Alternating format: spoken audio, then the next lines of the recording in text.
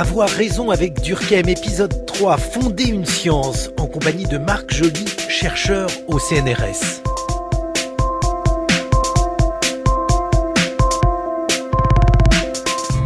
Il nous faut donc considérer, écrit Durkheim, les phénomènes sociaux en eux-mêmes, détachés des sujets conscients qui se les représentent. Il faut les étudier du dehors comme des choses extérieures, car c'est en cette qualité qu'ils se présentent à nous. Si cette extériorité n'est qu'apparente, l'illusion se dissipera à mesure que la science avancera.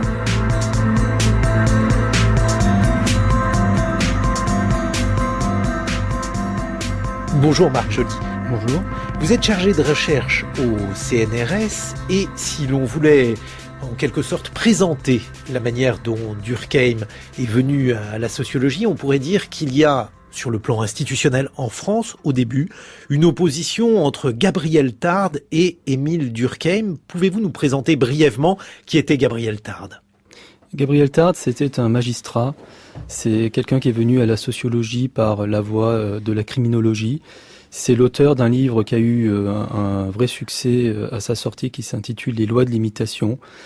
Et il a été reçu par les journalistes, par les commentateurs, les dirigeants de revues intellectuelles, d'histoire, de littérature, comme la grande figure de la sociologie française. La sociologie étant assimilée à un discours général sur les sociétés qui soit un peu le prolongement de ce que a pu faire Spencer, Hegel. Donc il était réputé pour avoir trouvé une loi de l'évolution des sociétés. Alors quelle était cette loi ? La loi de l'imitation, c'est-à-dire que les sociétés procèdent par des mélanges d'invention et d'imitation. Il y a des inventeurs qui sont imités et ça lui permettait d'avoir une sorte de vision de la société qui était parallèle à ce qui pouvait se jouer dans l'ordre du vivant et dans l'ordre physique. C'est très discuté aujourd'hui. Mais voilà, il avait une loi et il était reconnu comme un grand savant. Grosso modo de 1890 à 1904, année de sa mort. Alors les dates sont effectivement importantes parce que aujourd'hui Émile Durkheim est peu connu, disons. Gabriel Tarde est pratiquement complètement ignoré, ce qui n'était pas le cas à l'époque. C'était deux gloires, une gloire universitaire et une gloire para-universitaire, puisque comme vous l'avez dit, Gabriel Tarde, au début, n'était pas universitaire, avec différentes choses qui les séparaient, notamment le fait que Durkheim était juif, tandis que Gabriel Tarde était, lui, très ancré dans le terroir. Il était de Dordogne, je crois. Oui, il était, ça y est, Sarlat, il était de Sarlat, petite ville de Sarlat, et oui, c'était quelqu'un de très ancré dans son terroir, qui en a été très fier. Il y a un échange de lettres que je citais avec Maurice Barrès. Bon, il dit, il est fier d'être enraciné. Par contre, c'était pas un réactionnaire, hein, c'était quelqu'un qui était un peu au-dessus de son milieu d'origine, très conservateur, catholique, et il avait un peu rompu avec ça. En tout cas, ça va être instrumentalisé par des antisémites pour considérer que Gabriel Tarde représente la vraie pensée française, tandis que Émile Durkheim, lui, est la pensée enjuivée, la sociologie étant, du côté de Durkheim, une science juive. Comment Émile Durkheim, lui, regarde la concurrence de ce Gabriel Tarde ? Au début, il pense qu'il y a un accord possible avec Tarde, parce qu'il y a quand même des points de convergence entre les deux auteurs. Les deux croient qu'il y a une spécificité des faits sociaux. Après, la question, c'est comment on va définir cette spécificité. Sachant que pour Tarde, la spécificité des faits sociaux est indissociable de faits psychologiques, parce que dans la dimension de l'imitation, il y a quand même une dimension psychologique. Bon, je développe pas, alors que Durkheim considère qu'il faut aller beaucoup plus loin dans l'autonomisation de la sociologie. Donc, au début, il y a quand même des points de convergence qui reposent essentiellement sur l'idée qu'il faut rompre avec la biologie et l'explication biologique des faits sociaux. Chez Tarde, il y a clairement une rupture avec les grandes théories du criminel né en criminologie qui expliquaient la criminalité par l'hérédité, etc. Donc lui met l'accent sur des phénomènes sociaux, l'imitation. Donc convergence avec Durkheim. Et puis le conflit va progressivement monter. Il y aura eu un débat en 1903, donc peu avant la mort de Tarde, où visiblement c'est un dialogue de sourds entre les deux, d'après ce qu'on en sait. Voilà. Et puis il faut savoir aussi qu'il y avait des Durkheimiens, des proches de Durkheim, qui étaient très sensibles aussi à l'approche de Tarde, parce que ça permettait par exemple pour les philosophes de formation autour de Durkheim, de gérer leur passage à la sociologie de manière un peu plus souple, si vous voulez. Bon. Alors justement, parce que il y a donc des origines philosophiques à la sociologie, on l'a vu, et elle se retrouve là aussi dans cette opposition et dans la manière dont Durkheim va penser au début le projet sociologique. Marc Joly. Je pense que Durkheim a une formation de philosophe beaucoup plus poussée que celle de Tarde. Il est dans un sillage kantien, mais il sort de la pensée kantienne en essayant d'expliquer les catégories du temps, de l'espace par la société. Bon, à partir de là, c'est évident que on a une nouvelle science qui se met en place. Bon. Quand vous dites qu'il est kantien, on pourrait considérer qu'à la manière de Kant, Émile Durkheim a essayé en fait de produire des catégories de l'entendement qui soient des catégories de l'entendement sociaux. Autrement dit, pour Durkheim, la manière dont nous voyons le réel, la réalité sociale, est produite par la manière dont nous appartenons, dont nous relions à la société. Marc Joly. Oui, vous avez tout à fait raison, c'est ça. Ça paraît très simple à dire. Ça nous paraît aujourd'hui évident. Et ce qui est assez impressionnant quand on lit Durkheim, c'est que cette évidence, pour l'énoncer, il est obligé de mettre en place un parcours, une démarche, un type de raisonnement extrêmement compliqué, parce que il croit qu'il y a effectivement une intuition juste dans la pensée kantienne. C'est-à-dire que notre rapport au monde est structuré.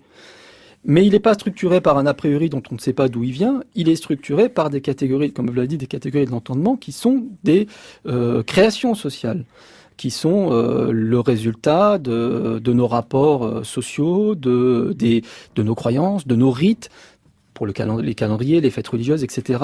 Donc le temps, l'espace, ce sont des catégories de l'entendement qui sont le produit des relations et des structures sociales. Mais c'est une rupture fondamentale. Et à partir de là, est-ce que c'est encore de la philosophie ? Moi, je pense pas. C'est autre chose. Et d'ailleurs, il le dit très bien à la fin de la préface de son livre dont j'oublie le titre, pardon. Je l'ai avec moi, Les formes élémentaires de la vie religieuse. Il dit, on va vers une nouvelle science. Et il va falloir être méthodique, patient, accent mis sur la patience. C'est d'ailleurs une vraie différence avec Tarde. C'est-à-dire qu'en gros, pour Durkheim, Tarde va trop vite en besogne. Hop, il trouve une loi, limitation, ça explique tout, c'est parfait. Et certes, il rend compte de phénomènes sociaux qui ne sont pas déterminés par des considérations héréditaires et biologiques, mais il va beaucoup trop vite en besogne. Le travail qui consiste à rendre compte de la façon dont les êtres humains sont capables de s'orienter dans le monde est un travail de longue haleine qui suppose de mettre en place des méthodes et de produire des connaissances empiriques fondées sur des recherches et des objets relativement bien délimités. Alors quelles sont les méthodes que va déployer Durkheim pour tenter de parvenir à ses fins ? Plusieurs méthodes. Il y a une méthode qui va progressivement considérée comme la méthode la plus utile il faut toujours revenir à cette idée chez Durkheim. L'obsession de Durkheim, c'est comme pour rendre compte de ces catégories de l'entendement, de ces catégories de perception humaine, il faut sortir de soi. Il faut sortir de nos biais cognitifs, comme on dirait aujourd'hui, il faut sortir de nos préjugés sociaux. Biais cognitifs, c'est-à-dire dans quelle mesure nous avons des mauvaises estimations de la réalité du fait d'un certain nombre d'entraves à la manière dont nous percevons la réalité. Exactement. Donc il y a plusieurs façons. Il y a la comparaison, il y a l'enquête génétique, l'enquête historique. Et en somme, pour Durkheim, il en revient toujours à ça, c'est-à-dire qu'il faut être en mesure de se documenter, de s'informer sur l'histoire des sociétés, sur la diversité des sociétés dans l'espace, mais ça ne suffit pas. Il faut en plus de ça définir une vision cohérente de l'humanité, une vision cohérente qui nous soit utile à nous aujourd'hui. Voilà, grosso modo, c'est ça la sociologie pour Durkheim. C'est la connaissance une connaissance précise, documentée. Il parle souvent de érudite, d'accord, mais c'est pas une fin en soi. Ça doit permettre de définir une image de l'humanité et ça doit nous permettre à nous aujourd'hui de mieux nous comprendre et de mieux nous orienter.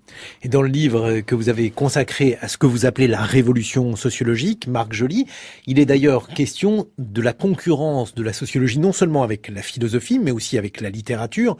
C'est une thèse qu'on doit notamment à un sociologue allemand, Wolf Lepenies. Pourquoi y a-t-il concurrence entre la sociologie et la littérature? Dans quelle mesure, par exemple, ce que va faire Durkheim se détache de ce que font des littérateurs comme Zola? Je pense je pense que le problème de Durkheim, c'est moins la littérature en soi que l'esprit littéraire. Et l'esprit littéraire qui peut se retrouver chez des sociologues qui vont trop vite en besogne. On en revient toujours à ça. Durkheim, il faut prendre le temps de produire une connaissance empirique, fondée, et de nous déprendre de nos catégories de pensée inadaptées à une connaissance empirique des faits. Bon. Et donc l'esprit littéraire, c'est-à-dire pour lui, c'était Tarde en fait, c'est-à-dire que une écriture un petit peu emphatique, des intuitions qui peuvent séduire, mais qui nous mettent dans des mauvaises directions. C'est ça qu'il pointe du doigt. C'est pas la littérature. Je pense. On peut considérer que Durkheim a un style particulièrement plat, qu'il travaille la platitude de son style. Je pense qu'il travaille effectivement à ce que son style soit le plus simple possible, le plus factuel possible. Et je pense qu'il travaille à ne pas tomber dans la facilité d'effets de manche, d'effets de style un peu facile. Ça, c'est clair quand on le lit.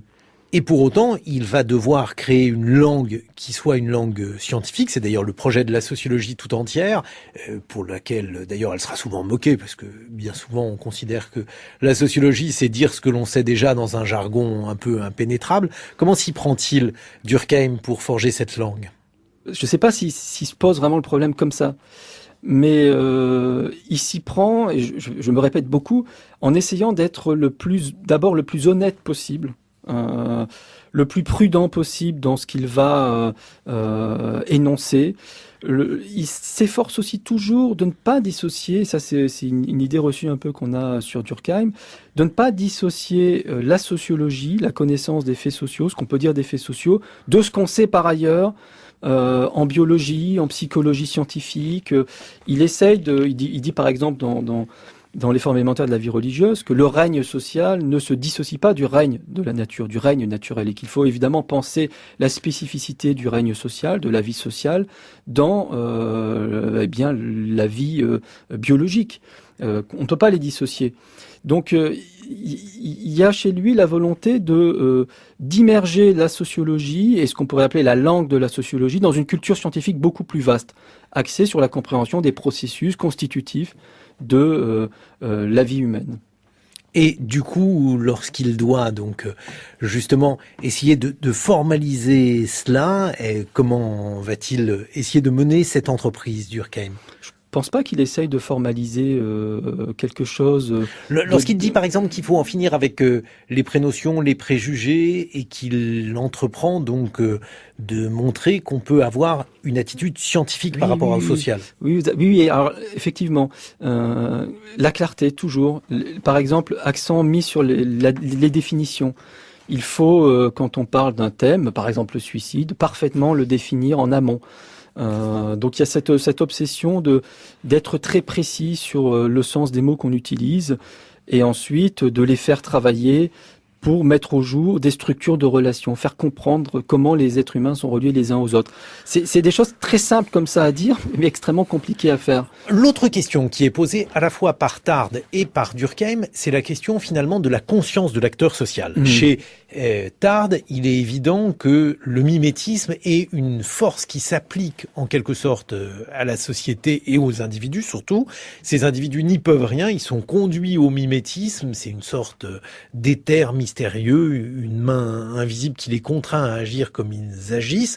Ce qui veut dire que cette sociologie est une sociologie qui est extrêmement déterministe et extrêmement irrationaliste en ce sens.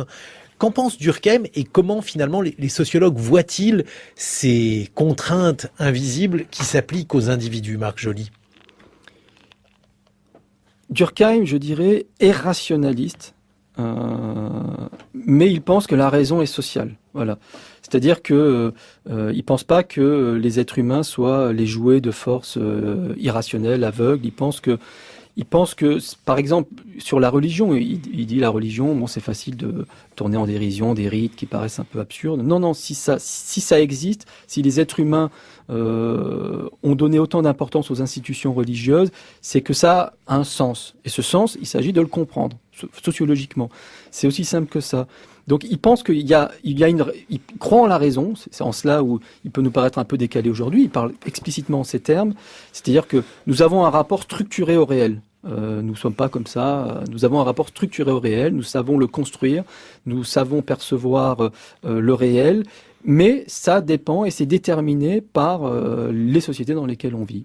Il y a à la fois des éléments qui relèvent d'invariants qu'on retrouve dans toutes les sociétés. Les catégories de temps, d'espace se retrouvent dans toutes les sociétés, et il y a des différences d'appréciation, de niveau de développement, de rapport à l'émotivité différentes selon les structures sociales. Il faut essayer de comprendre, d'être à chaque fois sur ces deux aspects-là de la vie humaine. Il y a des grands invariants qui procèdent quand même de structures sociales, et puis des choses qui différencient les sociétés dans l'espace et dans le temps. L'autre parti pris de Durkheim, c'est de considérer que la société, autrement dit le tout social, est déterminant pour comprendre l'individu. L'individu est déterminé par le tout, et c'est une forme de pensée qui a été qualifiée d'holiste. Donc, pour reprendre le terme d'origine grecque, comment là aussi Durkheim développe-t-il sa pensée? Qu'est-ce qu'il veut dire par là, Marc Joly? Peut-être qu'aujourd'hui, ça nous paraît assez insatisfaisant, certaines formulations qu'il a pu utiliser pour faire passer une idée qui est en somme très simple. Et qu'à mon avis, la sociologie de la deuxième moitié du XXe siècle a su mieux exprimer. Je pense à Elias, je pense à Bourdieu, etc. L'idée que nous naissons dans des sociétés structurées et que nous sommes reliés les uns aux autres. L'obsession de Durkheim, c'est de sortir du moi et de penser les êtres humains au pluriel. Et la lutte qu'il a pu mener contre la psychologie l'a peut-être amené trop loin dans la réification de l'entité société. Ce qui est sûr, c'est que nous naissons dans des groupes préétablis et que la façon dont nous nous représentons le monde est déterminée par notre insertion dans nos groupes, dans les groupes auxquels nous appartenons. Lutter contre la psychologie, c'était pour Durkheim montrer qu'il y a un poids prépondérant qui est conféré au social sur l'explication des comportements, y compris des comportements individuels. C'est exactement ça. C'est exactement ça. Avec quand même l'idée qu'il y a une complémentarité entre la psychologie, qui, à l'époque de Durkheim, la psychologie scientifique à laquelle il peut s'identifier, parce que ça, c'est l'autonomie de la psychologie physiologique par rapport à la philosophie ressemble un peu à l'autonomie que la sociologie essaye de prendre par rapport à la philosophie. C'est des processus convergents, parallèles convergents. C'est-à-dire que ce qu'on essaye d'expliquer, c'est des choses qui étaient expliquées auparavant par une grande notion qui était l'a priori. Si on rattache les catégories de perception des êtres humains à des processus physiologiques et à des processus sociaux de transmission de symboles à travers la succession des générations, on a en gros l'explication totale de ce qui fait que les êtres humains sont capables de percevoir le monde et de le comprendre. Mais il faut être en mesure de ne pas être dans le réductionnisme par rapport à des choses qui ne peuvent s'expliquer que par les structures sociales et ne pas tomber dans la facilité consistant à ramener des choses qui sont des catégories de perception à de l'inné, si c'est pas le cas. Il s'agit d'aller le plus loin possible dans la clarification des frontières de l'explicable, si vous voulez. Et lorsqu'il décide donc de faire cela, quels sont les termes qu'il va employer pour tenter de rendre autonome, puisque finalement, s'il veut créer une discipline scientifique, Émile Durkheim, il a besoin de montrer que celle-ci n'a pas besoin des autres sciences pour fonctionner, Marc Joly. Il y a la notion de contrainte. Il ne dissocie jamais la notion de fait social de la notion de contrainte. Il va pas tomber dans le piège consistant à réifier le social, contrairement à ce qu'on pourrait croire. Réifier le social, c'est-à-dire considérer que le social est une chose en soi, qu'elle a une substance et qu'il n'est pas possible de percevoir la conscience que les acteurs ont de cette chose-là. C'est exactement ça. Et même dans sa manière d'écrire, là, je reviens à ce que vous disiez sur son écriture, il ne fait pas parler la société. Il va pas dire la société. Il va toujours essayer de passer par la notion de contrainte, par la notion de transmission, etc. Donc voilà, c'est des choses très simples en fait. Alors la notion de contrainte, elle est importante pour la contrainte sociale parce que c'est la manière pour Durkheim dont les individus sont traversés par le social et agités par lui. Je dis agités parce que pour lui, ils sont plus agités qu'ils n'agissent véritablement.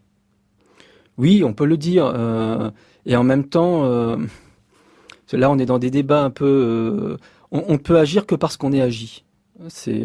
Et quand nous agissons, nous sommes agis. C'est des choses qu'on retrouve chez Bourdieu, qui passent par une trajectoire intellectuelle. On retrouve des étapes antérieures chez Durkheim, mais on en arrive à des choses aussi simples qui consistent à dire que nous ne pouvons agir que parce que nous sommes agis. Et nous sommes agis par quoi ? Par l'histoire de notre espèce et l'histoire des sociétés auxquelles nous appartenons. Il n'y a rien d'autre à chercher. Et après, il y a à documenter, il y a à clarifier les rapports entre ces différents ordres de détermination. Et c'est la modestie et l'humilité du chercheur qui va faire le reste. On le voit, Émile Durkheim a largement triomphé de Gabriel Tarde, mais il n'y avait pas que des sociologues en France. C'est pour ça qu'on dit qu'Émile Durkheim est le fondateur de la sociologie. D'abord, ça n'est pas gentil pour Auguste Comte qui l'a précédé, ça n'est pas gentil aussi pour les grands prédécesseurs tels que Montesquieu, qui peuvent être aussi considérés comme étant à l'origine de la sociologie. Et puis, ça n'est pas gentil non plus pour ses concurrents allemands, notamment pour Max Weber et pour Georg Simmel, dont il faut rappeler l'importance, Marc Joly, et nous rappeler également dans quelle mesure il y avait concurrence là aussi entre ces différentes théories. Alors, ce problème, il a été réglé dans un article de Laurent Mucchielli sur les rapports entre Weber et Durkheim. En fait, il n'y avait pas vraiment concurrence. Il y en a une après, je dirais, la mort de Durkheim, parce que là, on a des témoignages de Marcel Mauss, et on voit très bien que Marcel Mauss n'aimait pas Weber. Donc ça, on a des lettres je ne sais pas si j'en cite d'ailleurs, non, je crois pas, dans mon bouquin La Révolution sociologique. Mais clairement, il y avait une incompréhension des Durkheimiens de ce que Weber pouvait apporter. Je mets de côté Halbwachs, qui a lu Weber. Maurice Halbwachs, voilà, qui était un autre disciple de Durkheim, qui est mort. Et qui était très intéressé par ce que Weber pouvait faire. Mais disons qu'il y a un décalage dans le temps entre le moment Durkheim et la cristallisation en Allemagne de la sociologie. Il y a le parallèle qu'on peut faire en Allemagne, c'est avec Tönnies pour Durkheim. Donc Ferdinand Tönnies, voilà, qui est l'un des pionniers, lui aussi, de la sociologie et qui opposait la communauté et la société. Expliquez-nous en quoi consistait la théorie de Tönnies. Très simplement, ça ressemble un peu à ce que Durkheim a pu dire sur le passage, entre la différence entre la solidarité organique et la solidarité mécanique. Grosso modo, dans l'histoire, on passe d'une structuration des relations sociales axée sur des petites communautés où on est dans des groupes où la chaleur des relations de proximité détermine nos comportements, à des relations où la distance sociale fait que voilà. Et c'est le passage qu'il met en valeur entre la communauté et la société. Et il y a des points communs entre Durkheim et Tönnies, et les deux ont échangé. Mais l'investissement de Tönnies dans la sociologie a été constant, alors que celui, par exemple, de Max Weber est un peu plus tardif. Simmel, il est très ambivalent, avec Durkheim, ça n'a pas vraiment accroché. Ils ont eu des interactions, puisque Simmel a publié dans l'année sociologique, devait publier dans l'année sociologique, ça s'est très mal passé, la traduction a pris un temps fou. Durkheim n'était pas très content du texte et n'était pas très convaincu par ce que Simmel apportait. Donc il y a eu plus d'échanges qu'on le croit. Et le problème du peu d'échanges avec Weber tient au fait que Weber d'abord l'essentiel de l'œuvre de Weber est sorti après sa mort, et ensuite l'investissement de Weber a été plus tardif dans la sociologie, plus tardif que celui de Simmel et de Tönnies. Qu'est-ce qui est arrivé ensuite ? Comment la sociologie s'est-elle imposée ? Comment a-t-elle nourri la philosophie ? Puisque c'est ça un peu la ruse de cette histoire. Au début, Durkheim est philosophe, il devient sociologue, il crée donc une discipline à part entière, et puis cette discipline à part entière, elle va à nouveau nourrir la philosophie. Marc Joly. Disons que les philosophes sont obligés de tenir compte de la sociologie. Et je pense qu'il y a différents types de stratégies, entre guillemets, pour tenir compte de l'explication de ce qui était considéré comme des choses relevant de l'ineffable, d'une sorte de sujet transcendantal. Tout ça est ramené à des choses très simples, presque vulgaires pour les philosophes. Les relations sociales, si les catégories de pensée sont des outils, comme dit Durkheim, il y a une sorte de relégation, de déclassement de choses qu'on considérait comme très nobles et qui sont assimilées à des outils caractéristiques de structures sociales contingentes. Bon, c'est sûr que c'est une révolution fondamentale pour la représentation de soi des philosophes. Donc, je ne sais pas si la philosophie a vraiment changé. Par exemple, si la thèse de Durkheim est vraie, dans ces conditions, les catégories de l'entendement sont des catégories sociales, donc on ne peut plus naturaliser les formes de la pensée. Ça, c'est sûr. Mais alors, ça va passer, par exemple, pour certains philosophes, par le fait d'investir beaucoup dans les sciences cognitives et d'essayer d'aller le plus loin possible dans ce que les sciences cognitives peuvent nous dire, de ce qui serait inné, etc. C'est très difficile, je pense, pour les philosophes traditionnels de tenir compte de ça sans remettre en cause ce qu'il y a de plus important dans le patrimoine de leur discipline. Moi, ce que je vois, c'est des choses assez ambivalentes, en fait, dans le rapport à la sociologie. On raconte la sociologie du point de vue des vainqueurs, et Émile Durkheim est un vainqueur puisqu'il est aujourd'hui présenté comme étant le fondateur de la sociologie universitaire en France. Qu'est-il advenu de celui qui est le perdant dans cette histoire, autrement dit de Gabriel Tarde, Marc Joly? Déjà, la victoire de Durkheim est à relativiser parce que ça a mis du temps à ce que son œuvre soit redécouverte. On va dire qu'elle a été essentiellement remise au travail dans les années 60, 70, avec une série de publications, etc. Tarde a une trajectoire a un peu disparu pendant l'entre-deux-guerres. Après la Deuxième Guerre mondiale, il est pas du tout remobilisé par les sociologues qui seraient investis dans la sociologie, par notamment les jeunes philosophes qui s'investissent dans la sociologie dans les années 60. Il est redécouvert par Deleuze. Et sa trajectoire va être beaucoup déterminée par cette redécouverte deleuzienne. Bon, il est utilisé par Latour aussi. Par Bruno Latour. Voilà, Bruno Latour, pardon. Donc on peut pas dire qu'il soit central dans la sociologie française actuelle. C'est périphérique, voilà. Ce qui veut dire que le mimétisme, pour aujourd'hui la majorité des sociologues, n'est pas une loi sociale? Ah, ça, c'est clair que c'est pas une loi sociale, oui. D'ailleurs, on ne raisonne plus en termes de loi sociale. On a même fait le tri aussi sur ce qu'il pouvait y avoir de nomologique autrement dit, la capacité de produire des lois. La nomologie, c'est cette discipline qui produit des lois. L'idée qu'on peut trouver des lois sociales, même Durkheim tombe un peu parfois dans ce piège, même s'il est très prudent, hein. Donc, on fait le tri. Par contre, il faut savoir que Tarde est un auteur qui est remobilisé par des littéraires. Les éthologues s'intéressent à l'imitation chez les primates, et donc on retrouve comme ça. C'est un auteur très intuitif, Tarde. Donc il y a des choses encore qu'on peut trouver utiles, mais il est plus très sur un plan méthodologique. Bon, il n'y a pas grand-chose à en tirer aujourd'hui pour un sociologue classique. Merci Marc Joly. Je rappelle le titre de votre ouvrage, La révolution sociologique de la naissance d'un régime de pensée scientifique à la crise de la philosophie. C'est aux éditions La Découverte.